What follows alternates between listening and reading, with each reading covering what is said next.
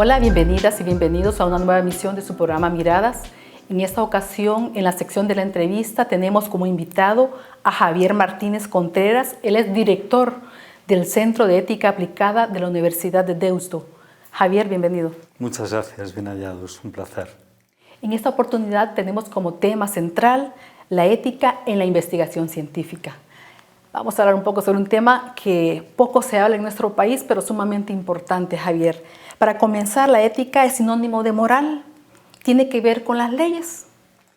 No tiene que ver con ninguna de las dos cosas, me explico. Bueno, no tiene que ver y sí tiene que ver.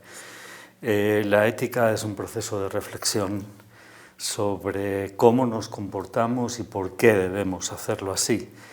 Claro que tiene una relación con la moral, pero digamos que es una relación más o menos incómoda, ¿verdad? Porque no se trata de asumir, yo suelo poner este ejemplo, cuando le decimos a los niños, así, eso no se dice, eso no se hace, eso no se toca, ¿vale? Esos son normas morales. La pregunta es, ¿y por qué?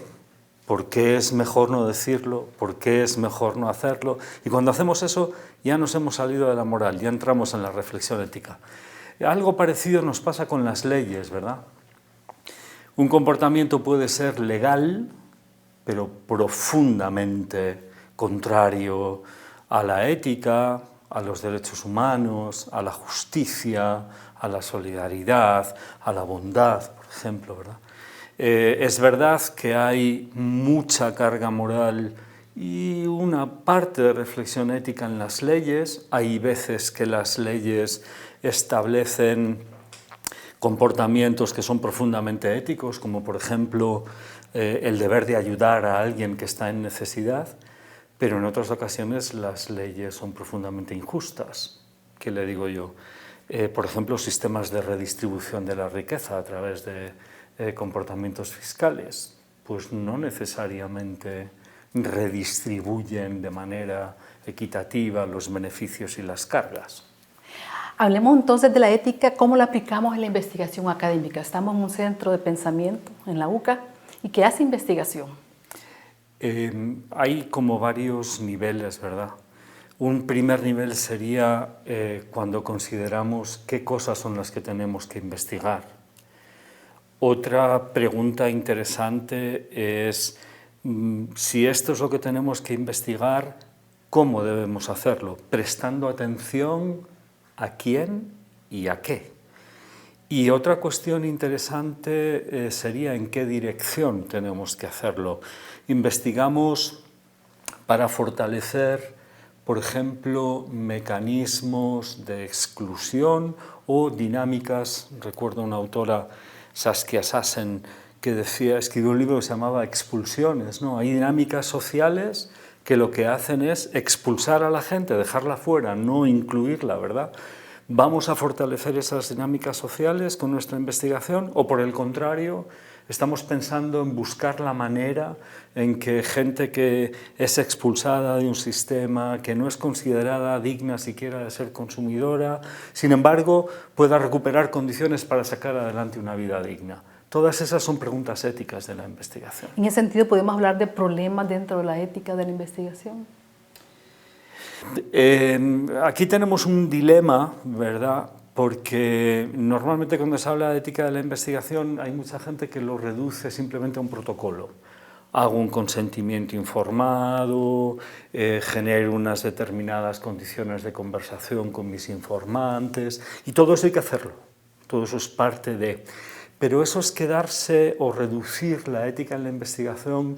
A su mínima expresión. Sí, de una manera quizás excesiva, porque la ética de la investigación yo creo que está apuntando también a procesos de construcción social y eso no lo podemos olvidar.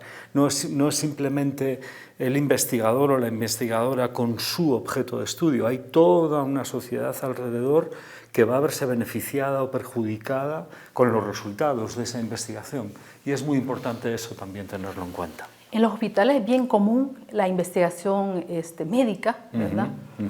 Pues porque sin duda, además de atender el padecimiento del paciente, también se permite poder explorar las causas, ¿verdad? Sí. Y cómo combatirla. Del consentimiento informado, ¿Este debe ser siempre necesario tenerlo o queda a discreción del investigador, del médico que está llevando a cabo la investigación? No, mire, desde que tuvimos noticia de las atrocidades cometidas en los campos de concentración a mediados del siglo pasado, uno de los acuerdos explícitos en la comunidad internacional que haga investigación de cualquier tipo es que los sujetos que participan en una investigación tienen que saberlo, tienen que tener toda la información más completa, más veraz posible para saber en qué están participando, qué fines se persiguen e incluso qué cargas van a soportar, ¿verdad? Porque usted no le puede decir a alguien, no, mire, por beneficiar a la humanidad le vamos a someter a una serie de experimentos que a usted le van a generar un sufrimiento. Hombre, pues le pongo un ejemplo que quizás es asumible, ¿verdad? Tengo una enfermedad complicada, una enfermedad rara y no hay un tratamiento claro y los médicos me dicen, mire, le podemos ofrecer a usted participar en un tratamiento experimental. No sabemos si esto a usted le va a funcionar o no, pero sí nos va a permitir avanzar en el conocimiento y probablemente salvar la vida de otra gente, aunque no seamos capaces de salvar la suya. Y la gente a ese tipo de experimentaciones se presta. Quizás porque puede ser inmediatamente beneficiada. Quizás también porque dice, bueno, pues igual a mí no me sirve, pero igual a otros sí. Y esa parte del consentimiento informado es fundamental para que uno pueda tomar una decisión informada y sobre todo libre y autónoma y decidir si quiere o no, que también está en su derecho. En temas siempre de salud, doctor, fue bien común en el marco de la pandemia, por ejemplo, que en la mayoría de países se obligara a ponerse las vacunas. Sí. Estábamos ahí rompiendo un poco con esa ética, puesto que no estábamos dejando en libertad a la persona de decidir. No conozco los contextos latinoamericanos, no sé lo que se hizo. En Europa sí hubo una campaña fuerte y un debate público interesante. Hubo gente que decidió no ponerse las vacunas y una gran mayoría de la población, una parte muy importante de la población, decidió ponérsela. Ese debate es un debate complicado, tú no puedes obligar a alguien a hacer algo que no quiera, tampoco en temas de salud, pero en este caso estamos hablando de una situación que en ética se conoce como el dilema del gorrón. No sé si utilizan ustedes aquí ese término. Se lo explico con un ejemplo que yo creo que puede funcionar. Cuando una colectividad mayoritariamente adopta un comportamiento porque entiende que es beneficioso para el conjunto, en este caso vacunarse, no solo hace que la enfermedad sea menor, su incidencia sobre mi organismo, sino que además debilita la transmisión de la enfermedad, con lo cual no solo estoy protegiendo mi vida, sino que estoy protegiendo también la de usted. Si alguien en ese contexto decide no vacunarse, puede hacerlo, porque la mayoría lo hemos hecho, pero entonces está sacando una ventaja del comportamiento de la mayoría. Lo que no puede suceder es que todos adoptemos la posición de quien decide no vacunarse, porque entonces estamos asumiendo todos un riesgo y un peligro. Y esa persona que decide no vacunarse tiene que ser consciente de que se está convirtiendo, desde esa perspectiva, en un vector de transmisión. ¿Vale? Claro, hay un argumento que también sostienen quienes decidieron no vacunarse, que hay que atenderlo, ¿no?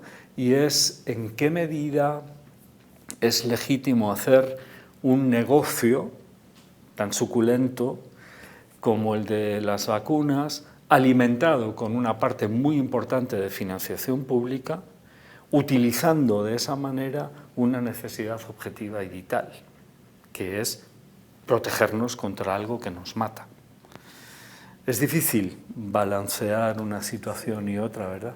Pero ese es un argumento legítimo igualmente, que hay que tener en cuenta. Desde ese punto de vista, ¿qué retos plantea la ética en la investigación de tipo medicina, digamos, en la salud, en la educación? Probablemente en la investigación médica los protocolos han avanzado muchísimo. Yo creo que es el ámbito de investigación donde más claro es lo que se puede y lo que no se puede hacer.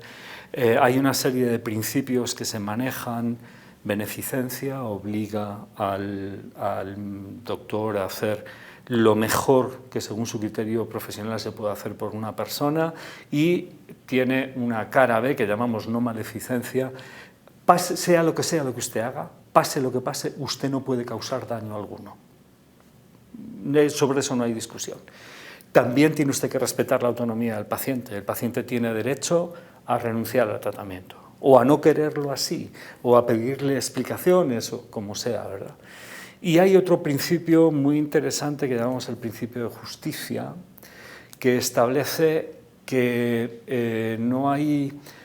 Se puede explicar de muchas maneras, pero no hay manera de establecer una discriminación. A este trato, a este no, a este lo trato mejor y le ofrezco este tratamiento, y este tratamiento a este otro paciente pues no se lo ofrezco, pero no porque no esté indicado, ¿verdad?, sino porque a mí me parece que no es... No, el principio de justicia establece dos cosas que son muy interesantes: la igualdad, pero también la equidad. Tengo que hacer más por aquel que puede hacer menos por sí mismo, para explicar. Entonces, eso está muy protocolizado, ¿no? En otros ámbitos de la investigación, por ejemplo, las ciencias sociales y humanas, no tenemos esos protocolos tan desarrollados. Parece que con el consentimiento informado podemos resolverlo todo, ¿no? Y entonces, eso es lo que hace tan interesante y tan necesario que haya una reflexión amplia, cuidadosa, sobre cuestiones, ¿qué le digo yo?, la perspectiva de las víctimas, la cuestión del género, la cuestión de las asimetrías de poder, la cuestión de la diversidad cultural. Sobre todo eso no tenemos protocolos, pero son cuestiones que los investigadores se tienen que plantear. Desde el Centro de Ética Aplicada a la que usted pertenece, la Universidad de Deusto, por ejemplo, ¿cuál es la experiencia de España, de su país, digamos, en el abordaje de aquellos grandes temas sociales? Hoy por hoy nosotros en El Salvador tenemos diversidad de problemas económicos, sociales, políticos, donde está inmerso siempre la persona, ¿verdad? ¿Cómo lidiar con todas estas problemáticas donde hay como hay límites que se rozan unos con otros, y que dice, bueno, en nombre del interés público, en nombre de la sociedad, en nombre del pueblo, hacemos, e incluso pasando sobre pues condiciones tan esenciales, tan básicas como los derechos elementales de las personas? Hay muchas cosas que decir sobre el modo en que ha formulado esa pregunta, verá. La realidad es bien compleja y si uno se la traga de una vez se le hace bola, ¿verdad? No puede digerirla. Entonces, lo primero que uno tiene que seleccionar, porque los recursos no son ilimitados, es a qué temas le voy a prestar atención dentro de mis capacidades y de mis posibilidades. Esa es una primera cuestión. Nosotros en el Centro de Ética Aplicada tenemos como focos de atención líneas de investigación y a eso nos dedicamos. Tenemos una línea que está centrada en conflictos y culturas de paz, y entonces cómo se hace para romper las lógicas de la violencia, cómo se escucha a las víctimas, cómo se educa a la gente para que vea alternativas a la solución violenta, cómo se gestionan los conflictos. Tenemos otra línea de investigación en ética política que trata de cuestiones desde problemas de desarrollo a problemas de gestión institucional, de participación democrática, y tenemos otra línea muy clara en ética de las organizaciones que explica o que trata de ver cómo se construyen culturas organizacionales que asumen responsabilidades ciudadanas mucho más allá de las cuestiones de mercado, ¿no? Y ahora estamos empezando a desarrollar una línea tecnológica. Lo que sí tenemos muy claro es que en todos esos ámbitos de investigación hay, digamos así, como líneas rojas, porque no se piensa en el vacío. Uno también es un ciudadano, y es un investigador, y es un profesor, y es un padre de familia, y es un esposo, una esposa. Es decir, nuestros roles son variados, ¿no? Entonces, hay un posicionamiento que para nosotros es clave. Asumimos pensar asumiendo o utilizando que se llama el privilegio epistemológico de la perspectiva de las víctimas. Es decir, si usted quiere entender bien una situación social y política, tiene que entender qué sufrimiento padecen las personas que están, digamos así, sosteniendo una estructura social a costa de una factura que el resto no queremos pagar. Segunda posición muy clara: los derechos humanos no se tocan, los derechos humanos no se negocian, se cumplen. Entonces, romper derechos, los derechos fundamentales es el modo en el que las constituciones nacionales asumen el compromiso de los derechos humanos, ¿verdad? Suspender derechos fundamentales es lo mismo que poner en entredicho los derechos humanos. No hay ninguna diferencia entre hacer eso y construir sociedades injustas o invivibles. O dicho de otra manera, ejercer una violencia reactiva. No sé a dónde nos lleva ese camino, solo la ley del más fuerte. Pero eso no rompe las lógicas de la violencia y no rompe las lógicas de la injusticia. Pero digamos, teniendo esa ruta clara, digamos, a partir de eso, entonces, sí o sí es necesario entonces también contar con esos protocolos, con esos lineamientos que van a regir o van a direccionar o van a normar de alguna manera ese comportamiento.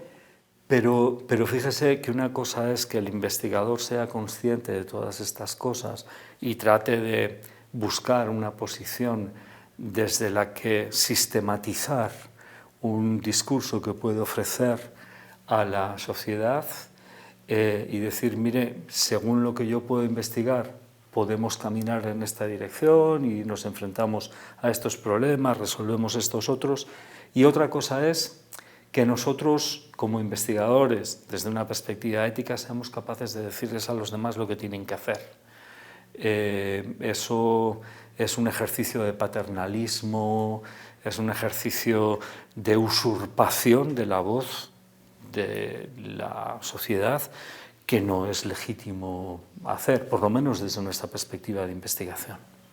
Doctor, el tiempo, enemigo principal en la televisión. Sí, lo sé. Hemos dado una pequeña pincelada porque ustedes han tenido toda una jornada amplia con los docentes investigadores de la UCA, precisamente para trazar esas grandes líneas que no podemos transgredir, ¿verdad? Y que son los que van a dirigir la ruta del trabajo que se va a hacer en las distintas disciplinas. Pero aquí pues no podemos avanzar por el tiempo.